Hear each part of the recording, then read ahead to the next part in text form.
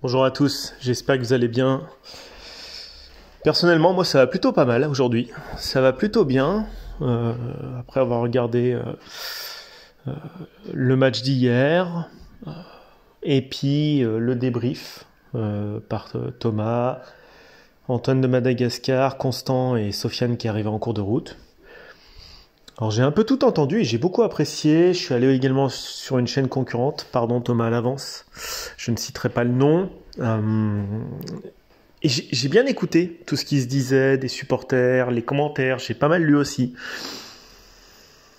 Je pourrais aller dans la facilité en disant ouais j'avais raison avec Peter Bosz dès le mois d'août, j'avais vu, non franchement j'avais pas vu que ça serait un crash pareil, je vais être honnête.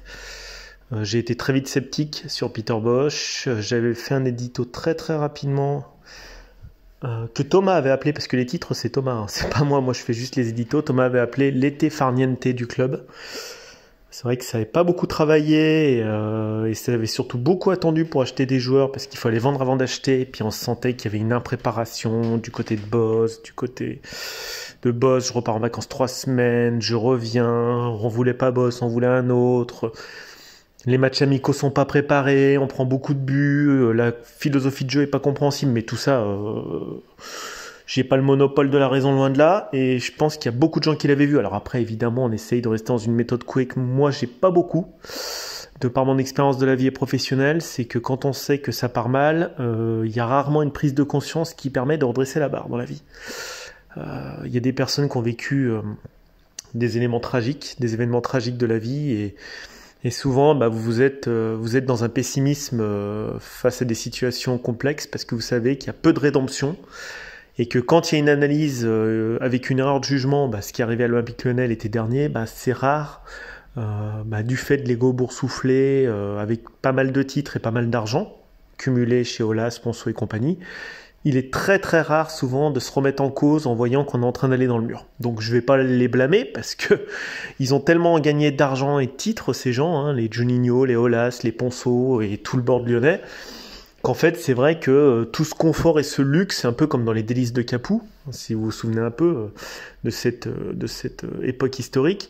Les soldats sont rompus de délices, de femmes et sont enivrés de vin. Et c'est vrai que l'argent, le succès, la gloire, la cour qui vous courtise auprès de Jean-Michel Aulas, d'une cour qui enjolive les réalités, qui n'ose pas vous critiquer, en fait que vous tombez dans un confort de l'argent, dans un confort de la flatterie, hein, du corbeau et du renard. Et c'est vrai que on peut se mettre à la place d'Aulas et Ponceau et Juninho et compagnie. C'est vrai que ce club a un beau stade, c'est vrai que ce club a des bons joueurs malgré tout, a des magnifiques infrastructures, a développé OL Valais, avait 7 titres de champion de France, ça a fait des demi-finales de Coupe d'Europe. Et c'est vrai que pourquoi se remettre en cause dans ces cas-là? C'est pas facile, je ne leur jette pas la pierre. Donc nous, petits supporters à notre petite échelle, beaucoup moins friqués et beaucoup moins méritants dans la vie, c'est vrai que nous, on connaît plus l'échec que Monsieur Aulas ou Monsieur Juninho. On n'a pas, alors ils ont fait ce qu'il fallait pour l'obtenir, hein, à nous de faire pareil, hein, éventuellement, si on est ambitieux. On voit vite les limites d'un système où on tombe dans un confort, pas que les joueurs, hein, pas que les joueurs, également la direction, les joueurs également. Voilà, qui très très vite gagnent des grosses sommes d'argent, on tombe très vite dans un confort très confortable. Excusez-moi de la redondance. Je comprends un joueur qui a 20 ans, type Awar, oui, hein, à 20 ans, personne gagne 300 000 euros, ça vous monte peut-être à la tête. Et évidemment, celui à qui ça ne monte pas à la tête, c'est pas très normal. Il a du talent, plein les pieds, fait des magnifiques matchs, là c'est dur. C'est dur parce que les remises en cause, vous savez, comme dit Didier Deschamps, le plus dur c'est pas de gagner, c'est de confirmer. Et devenir professionnel à l'Olympique Lyonnais ou dans un autre club, c'est extrêmement dur. C'est un parcours du combattant, il y a beaucoup de très très bons joueurs qui ne percent pas à l'académie ou dans les autres académies. Ça fait partie des quelques joueurs sur les millions, il y a quelques milliers de footballeurs professionnels en France sur les millions de jeunes, de gamins en cours de récré qui veulent devenir ne serait-ce que Mbappé, Cristiano Ronaldo, Zidane. Et ben déjà, quand on est au Samawar ou Cherki ou Cacré, bah c'est déjà très très bien. Excusez-moi du peu, c'est quand même déjà un sport extrêmement sélectif, avec un nombre de licenciés absolument gigantesque, des millions. Je crois que c'est 1,5 million, hein, si je dis pas de bêtises. Donc c'est sûr que quand même, bah, bravo à eux. Alors après, bah oui, l'argent est là. Vous gagnez très vite comme Cacré 60 000 euros, très vite 300 000 euros comme Awar quand vous êtes un élément offensif qui a fait ses preuves. Et ben, les remises en cause chez lui et chez d'autres, hein, d'ailleurs, je ne cite pas particulièrement un joueur, hein. Ça peut être Gusto, ça peut être Loukeba, ça peut être n'importe qui. Ça devient très difficile. L'argent vient vite, les filles, les voitures de sport. Faut pas leur jeter la pierre parce qu'il faut se mettre à leur place. Alors je dis pas ce sont des misérables, loin de là. Loin de là. Je dis c'est très compliqué de garder la tête froide. C'est très compliqué de se fixer des objectifs et de se mettre dans le dur. Parce qu'une fois que vous avez lâché le morceau pendant quelques mois, ben c'est dur le haut niveau, hein, pour revenir. C'est très très dur de remettre la tête et le corps à l'endroit. Très très dur, ça demande un effort exceptionnel. Pourquoi se remettre à l'endroit alors qu'on est à 200, 300 000 par mois et que votre contrat il est 3-4 ans? Il y en a d'autres qui ont eu ces problématiques, un Gourcuff avec ses blessures, il y en a d'autres qui n'ont pas réussi. Il y a beaucoup de sportifs type Hatem Ben Arfa qui avait un niveau de football exceptionnel, mais quand je dis exceptionnel, c'est exceptionnel. Jérémy Ménez, cette fameuse génération 87, qui était pétrie de talent et puis qui était peut-être mal entouré, qui a peut-être pas pu se remettre en cause, mais je leur jette pas la pierre, c'est leur carrière. C'est dur. Et à l'Olympique Lyonnais, on a du mal en ce moment à essayer de remettre les gens sur le droit chemin. Est-ce qu'ils ont envie d'écouter? Est-ce que les discours sont dits? Est-ce qu'ils ont envie d'entendre? C'est compliqué. Donc, à un moment donné, c'est un ensemble tout ça. Tout ça, c'est un ensemble de remises en cause dont le commun des mortels ne serait peut-être pas capable. Donc je ne jette ni la pierre aux joueurs ni aux dirigeants. Il y a un confort au niveau de la direction. Il y a un confort au niveau des joueurs. Il y a un confort au niveau du staff avec quelqu'un comme Peter Bosz qui gagne 300 000 euros alors qu'il a fait une carrière assez correcte, non, bonne carrière on va dire, avec 8 sélections d'équipe des Pays-Bas. Il a gagné, je crois, un titre de champion de division 2 en 2005, je dis pas de bêtises. Voilà, il a fait une finale de Coupe d'Allemagne. Il a fait également une finale d'Europa League avec l'Ajax. Et c'est vrai que c'est un élément qui arrive comme ça à entraîner l'Ajax, l'Olympique Lyonnais, Dortmund, sans avoir de résultats probants. Également, peut-être que lui, ça lui monte également un peu à la tête, tout ça, sachant que, il sait bien se vendre, a priori, tant mieux. Tout ça, ça nous fait pas des solutions, mais c'est difficile. C'est difficile tant du côté du board, que du côté du staff, que du côté des joueurs. Voilà, ça reste des êtres humains. Il reste des êtres humains. Je tiens à le préciser. Même s'ils sont pleins d'argent, qu'ils en auront certainement beaucoup plus que moi, et ça ne me pose aucun souci. C'est un sport extrêmement exigeant, c'est un sport pointilleux. Et c'est vrai que le moindre laisser-aller mental, physique, tactique, le moindre mauvais choix de mercato se paye très très vite. Mais à tout niveau, hein. Management, staff, joueurs. Parce qu'en face, ça avance.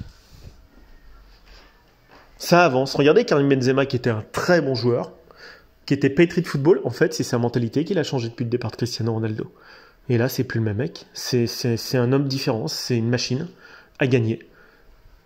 C'est plus pareil. Il a pris une dimension qu'il n'avait pas dans l'ombre de Cristiano Ronaldo. Peut-être que voilà, c'est comme Zlatan au PSG. Il phagocytait un peu les autres. Voilà, il les bloquait, quoi. Voilà. C'est comme ça. Et bon, ça reste quand même des grands champions et des grands joueurs de football. Moi, je suis quand même admiratif des performances qu'ils font. Tous ces joueurs professionnels, je serais bien incapable de faire ce qu'ils font sur un terrain. Je serais bien incapable de faire ce qu'a fait Jean-Michel Aulas, tant au niveau de la CJ qu'au niveau de l'Olympique Lyonnais.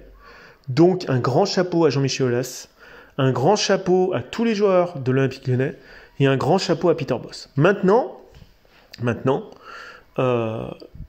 au-delà de toutes ces performances et quand même des personnalités exceptionnelles qu'ils ont, maintenant, le supporter, lui, il n'est pas très content. Et ça, c'est un fait. On est quand même passé dans l'ascenseur émotionnel, en quelques années, on tutoie quand même les sommets. Il me semble que il y a encore peu de temps, excusez-moi, en 2020, on jouait comme une demi-finale de Ligue des Champions. Et que là, quand même, on a été sorti par West Ham, malgré tout le respect que j'ai pour West Ham United. Quand on est sorti 3-0 par le Bayern, Je crois que c'était en 2009, hein, si je dis pas de bêtises. Et quand on est sorti 3-0 par le Bayern en 2020, on sait que c'est le Bayern de Munich. Là, ça fait quand même beaucoup plus mal à la tête, sachant que vous avez 2 tiers du temps le ballon, voire plus. Contre West Ham, qui est une équipe, ne prenez pas laborieuse, mais laborieux au sens bon du terme, qui travaille beaucoup sur un terrain, son positionnement, ses contre-attaques. Mais il y a moins de technicité dans les pieds de ces joueurs, évidemment. Donc c'est vrai que c'est frustrant, on manie mieux le ballon qu'eux et tout, et puis vous êtes punis sur des corners, sur des contre-attaques, et voilà. C'est un peu plus frustrant, mais d'un autre côté, je me disais, allez, c'est enfin, comme disait Sofiane hier, moi je me disais, enfin ça arrive, ça y est. Et je crois que c'est Antoine qui disait ça. Ça y est, c'est enfin arrivé. Fallait que ça arrive à un moment donné. Il faut une grande baigne dans la gueule, dans la vie, pour se remettre en cause. Si ça arrive jamais, ça sert à rien. Ça sert à rien. Dans la vie, c'est les échecs qui vous font avancer. Vous vous plantez, vous vous relevez, ou vous vous relevez pas. Après, je diffère de l'avis d'Antoine de Madagascar sur un point. Alors moi, je suis l'autre Antoine, hein, celui des éditos, vous avez compris. Il dit maintenant, il y a 2 choix qui s'offrent à Jean-Michel Aulas. Oui, c'est assez fondé ce qu'il raconte. Soit il reprend son bâton de pèlerin et redresse tout ça, soit il part. Je pense qu'honnêtement, en étant assez objectif, va être compliqué de redresser la barre pour lui. Il a quand même beaucoup donné pour le club. Non mais beaucoup donné pour le club. Il a vraiment tenu le bâton très longtemps. Et franchement, c'est miraculeux. C'est franchement exceptionnel ce qu'il a fait. Il s'est battu sur tous les dossiers, sur tous les fronts, sur tout, les arbitres, les joueurs, le mercato, les ventes, les achats, la formation, tout, les infrastructures, avec les médias, il s'est battu comme il n'a pas pu se battre à un niveau, mais exceptionnel. Maintenant, c'est plus possible. À 73 ans, c'est plus possible. C'est plus possible. Excusez-moi, je crois qu'il est de 49, hein, je ne dis pas, donc 73 ans, ça devient quasi impossible. Il a trop donné. Je pense que l'option numéro 1, elle est fermée. Maintenant, il faut aussi savoir quand même qu'il y a une volonté de vente des 2 autres actionnaires qui possèdent environ 40% du club, ICM et Pathé. Qu'il y a quand même des joueurs, comme disaient certains hier, je sais plus qui, c'était Constant je crois, hein, qui disaient au moins tu te défonces un petit peu pour montrer ta valeur marchande. Non. Je crois qu'ils y sont plus, je les ai vus... J'étais même pas en colère contre les joueurs, je les ai vus perdus. Ils savent plus où ils sont, ils savent plus. Ils sont hagards, regard vide. Même à la fin, alors on interview Thomas Ralem, non mais je crois qu'ils savent même plus ce qu'ils racontent, quoi. Enfin à un moment donné, je pense que ça m'a rappelé... Ça me rappelait un peu Pilote de guerre, là, vous vous retrouvez un peu comme Antoine de Saint-Exupéry, pardon, pas Pilote de guerre, mais dans Le Petit Prince, votre avion, enfin si, c'est Pilote de guerre, votre avion, il se crache en plein milieu du désert du Sahara, puis vous faites quoi, là? Vous attendez, puis vous commencez à divaguer. C'est dans Le Petit Prince. Hein. Vous commencez à dire, mais je suis où? Qu'est-ce que je fais? Et là, vous êtes au milieu du désert, du Sahara, quand même, je crois que ça fait 1,5 million de kilomètres carrés, donc 3 fois la France. Et vous marchez, puis vous avez une bouteille d'évian de 0,5 litres dans le dos, puis c'est tout. Puis vous allez à droite, à gauche, je savais pas. Bon. Nord, sud, est, ouest, c'est tout pareil. Vous savez pas où vous allez, c'est ça les joueurs de l'OL hier, ils savent pas où ils vont. Je le comprends. Ils ont pas compris la philosophie de Peter Bosz. Personne comprend rien à rien dans le club. Je crois même qu'Aulas, il sait plus où il va. Donc à un moment donné, c'est pas grave, il y a une baigne, et il va se poser, même s'il raconte des taules aujourd'hui en conférence de presse, évidemment qu'il peut pas dire autre chose. Pourquoi? Il va pas dire putain c'est la fin du monde, c'est la merde, je lâche tout. Non, il veut vendre son club. Faut être propre, quoi. Il va se poser des questions, évidemment. Il va réunir ICM et Cédou, il va dire ouais, vous avez peut-être raison, les mecs, il va peut-être falloir faire, comme vous disiez, mandater une banque et je vais peut-être me rejoindre. Il avait dit après Nice l'an dernier, je veux me casser, je veux vendre, j'y suis plus. Il était déjà usé, donc la corde elle était déjà là. La corde, on rate Galtier, on prend Boss, c'est pas la même philosophie de jeu, mais c'est pas grave. C'est une saison ratée. L'an prochain, il n'y aura peut-être pas de Coupe d'Europe, mais tant mieux qu'il n'y ait pas de Coupe d'Europe. Tant mieux. Il faut avancer maintenant différemment. On laisse le chemin que Jean-Michel Aulas a tracé, qui était magnifique. Bravo. Maintenant, sans lui, on n'aurait jamais pu bénéficier d'autant de moments de gloire, de partager autant de moments d'émotion. Peter Bosz, il restera pas, c'est pas grave, il reste 7 matchs. Qu'est-ce qu'il faut faire? Est-ce qu'il faut déserter le stade? Peut-être. Pour vraiment montrer à Jean-Michel Aulas une grande banderole merci en 5 lettres, je sais pas, puis les tribunes vides. Puis voilà, merci monsieur Aulas, puis 7 matchs comme ça. Puis les joueurs, qu'on termine 10e ou 14e finalement, qu'est-ce que ça va changer? On va pas atteindre l'Europa League, c'est quasi impossible. La Ligue Europa Conférence, on va avoir beaucoup de mal. La dynamique, ça n'a jamais été plus de 2-3 victoires de suite. C'est trop compliqué cette année. C'est tant pis. Tant pis. Après, quand on va chercher des joueurs dans les grands clubs, moi je l'avais dit cet été, ça serait bien d'aller chercher les joueurs dans les grands clubs. Donc je l'ai dit, je vais pas me dédire, je vais pas me déjuger. Oui, c'est peut-être une erreur que j'ai sortie. Il faut savoir que Shaqiri est quand même capitaine en équipe de Suisse. Donc c'est quand même quelqu'un qui a vraiment un gros charisme en équipe de Suisse, dans la Nati. Il faut savoir que Jérôme Boateng, c'est quelqu'un qui était un leader de viscère du Bayern. Mais ce n'est... Alors là, Sofiane disait, on n'en fait pas des leaders. Si, je pense que ce sont des leaders. Moi, Emerson, personnellement. Ce sont des joueurs qui ont une grande aisance verbale, tant Xherdan Shaqiri que Jérôme Boateng. Donc ça, ils sont réputés pour ça. Dans leur équipe nationale respective, ils l'ont été et ils le sont toujours pour Shaqiri. Il faut savoir qu'à un moment donné, quand vous arrivez et que vous ne parlez pas la langue, c'est compliqué d'imposer votre leadership aussi. Voilà, alors langue native, excusez-moi quand même, il y en a un, c'est un Suisse alémanique. Il est de Bâle, et l'autre, excusez-moi quand même, il est germanophone. Donc ils sont tous les deux germanophones, bon, un plus direct que l'autre. Ils ne parlent pas français quand ils arrivent au club. C'est très compliqué pour eux d'imposer un leadership naturel. Et pourtant, Boateng essayait de secouer du bois, de secouer un peu tout le monde. Je crois qu'il a secoué Gusto. Enfin, ils sont tous un peu, voilà. Mais il n'y a pas de dynamique. Par exemple, Paqueta n'est pas un leader, c'est un leader technique, mais c'est pas un leader de vestiaire. Voilà, vous n'avez pas un vécu suffisant. Donc maintenant, on a pris cette baigne. Passons à autre chose. Alors, est-ce qu'il faut aider Aulas à passer à autre chose? Peut-être. J'en tire aucune satisfaction. Maintenant, il n'y a pas de Coupe d'Europe l'an prochain, donc il n'y a pas de rentrée d'argent. Ça va être compliqué de remplir les billetteries d'été. Il y a quand même des actionnaires qui veulent partir. Il y a des joueurs, clairement, qui ne vont pas rester. Type Paqueta, on sait qu'il y a déjà un départ. Hein. Voilà, c'est acté. Dembélé, il va avoir du mal. Je sais pas, il est là, mais il est capitaine, mais il n'est pas là. Oussama Aouar, je pense qu'il a envie de partir. Ça fait très longtemps, mais il n'a pas... Il y a aussi une remise en cause de son côté. Hein. Enfin, c'est lui et le club, mais je pense que il a tellement de talent que ça serait dommage de ne pas le voir progresser ailleurs. Mais à Lyon, il n'a plus d'espace. Je dirais pareil pour Ryan Cherki, qui n'a pas de rôle à jouer, qui a besoin d'une remise en cause aussi, personnelle, parce qu'il se voit trop beau. Mais évidemment, c'est pas une critique, il se voit trop beau. Il a le potentiel, mais il n'y est pas encore dans le vrai. Voilà, c'est un joueur qui clairement peut claquer 15 buts par saison en 9,5 en soutien. Je pense que c'est un joueur de soutien de l'attaquant. Un peu comme on voit Ben Yedder et Kevin Folland ensemble. Il a besoin de jouer dans l'axe plus haut. Il a besoin de mieux lâcher son ballon, de mieux combiner. Donc il se voit encore un peu trop beau et son poste c'est 9,5. Tout le monde le sait maintenant. C'est pas 10, c'est surtout pas sur un côté, c'est pas son job. Il a trop de technique pour être excentré sur un côté. Il a besoin de repartir ailleurs pour se remettre lui aussi en cause et donner le meilleur dans un contexte non lyonnais.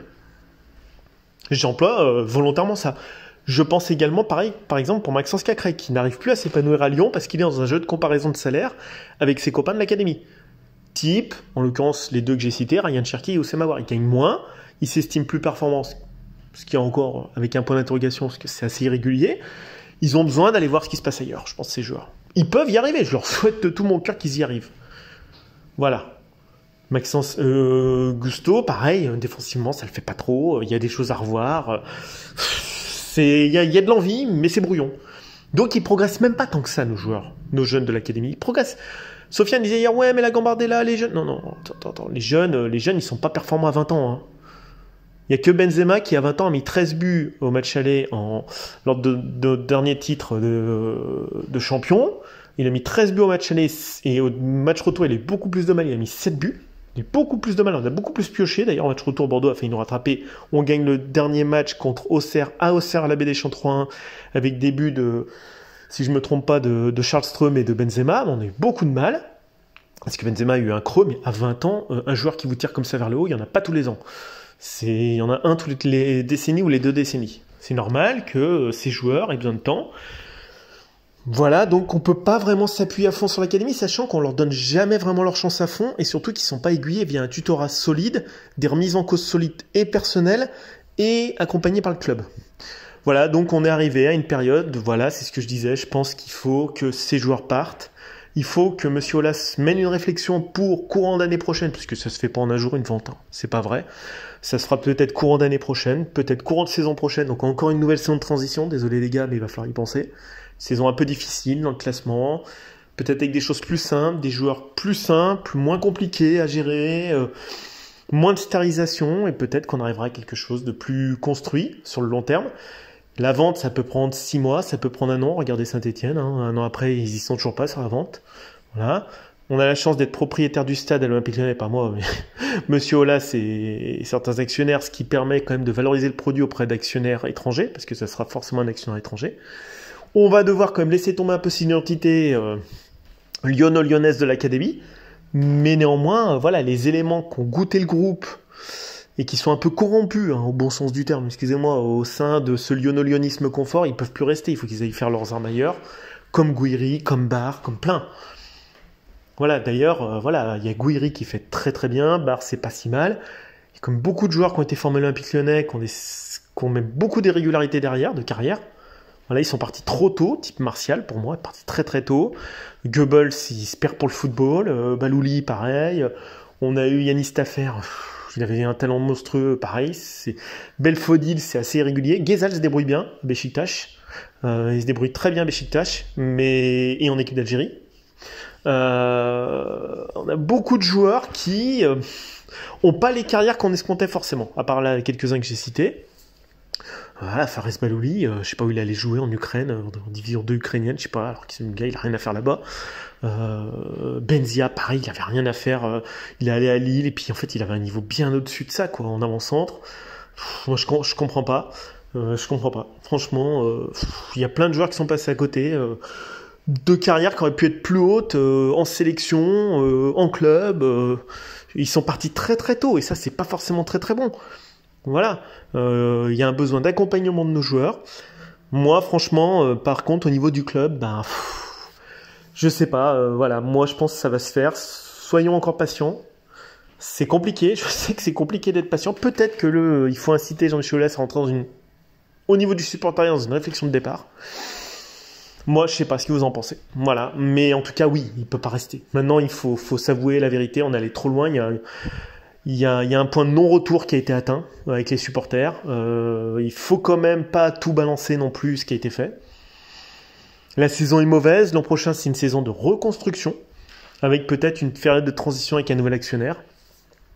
Mais en tout cas, voilà, cet été, Jean-Michel Aulas ne pourra pas, au-delà du mercato, éviter cette passation de coulisses avec la volonté de départ de Jérôme Sédou, parce qu'il est âgé, cette volonté de départ de ICM, les Chinois. Alors pourquoi, je ne sais pas. Bon, ils ne l'ont pas dit. En tout cas, ils veulent vendre. Ils ont mandaté une banque. Enfin, ils prétendent avoir mandaté une banque. Moi, je ne sais pas dans les faits. Hein. De toute façon, ça fait 2 mois, on n'a plus de nouvelles sur cette affaire. Donc, c'est quand même un peu grave. Le départ de Juninho, qui n'était pas la bonne personne au bon endroit. Tout ça fait qu'en fait, l'édifice était déjà vraiment plus que lézardé. Maintenant, il est tombé hier. Bon, c'est pas non plus au milieu des décombres qu'il faut tout balancer. Il y a quand même des belles choses, mais il faut vraiment qu'il y ait un nouveau chapitre qui s'ouvre dans l'histoire de l'institution Olympique Lyonnais 1950. 1987-2022, ça sera déjà bien suffisant, je pense. Ça sera peut-être 2023 pour Jean-Michel Aulas, ça enlève rien. Malheureusement, je suis un peu triste que ce grand président n'aboutisse jamais à son rêve. C'est-à-dire lever une Coupe d'Europe avec l'Olympique Lyonnais, ça ne se fera pas. Du côté des masculins, ça s'est fait du côté des féminins, ça ne se fera pas du côté des masculins. C'est devenu trop difficile. C'est devenu beaucoup plus exigeant en termes de compétition par rapport à une dizaine d'années. Il faut aussi pas l'oublier. Quand on allait en quart de finale de Ligue des Champions, on jouait des clubs type Porto, PSV Eindhoven. C'était beaucoup moins riche en termes d'effectifs qu'aujourd'hui. Ça n'enlève rien en performance de l'époque. Il y a une concentration de talent dans quelques clubs clés qui fait qu'on ne peut plus lutter. Après, contre West Ham, il y a vraiment moins d'excuses. Hein, mais je peux comprendre, le Bayern, vous voyez l'effectif, City, le Bayern... Chelsea, c'est stratosphérique. Enfin, c'est plus des effectifs, quoi. À l'époque, vous prenez le Milan, Porto, Liverpool de l'époque, PSV Eindhoven, c'était beaucoup moins riche en termes de qualité. Donc maintenant, la compétition, elle est vraiment montée d'un cran, le professionnalisme est vraiment monté d'un cran, le talent, ça va plus vite, les joueurs jouent plus vite. On est dépassé. Notre club a été dépassé de tous les côtés, donc voulons-le, mais ça n'empêche pas qu'il y a un truc qu'on n'enlèvera jamais Jean-Michel Aulas, c'est tout ce qu'il a rapporté au club. Tout ce qu'il a fait jusqu'en 2009, c'est super top. Super. Voilà. Donc 2009 c'était Bordeaux, pardon. 2008. Donc les 7 titres d'affilée, plus 2012 la Coupe de France avec Lichat. Super. Maintenant, voilà, ça dure depuis trop longtemps, ça fait 10 ans qu'on n'a rien gagné, ça peut pas continuer. Voilà. Allez, bah bonne journée à vous. Ciao, ciao.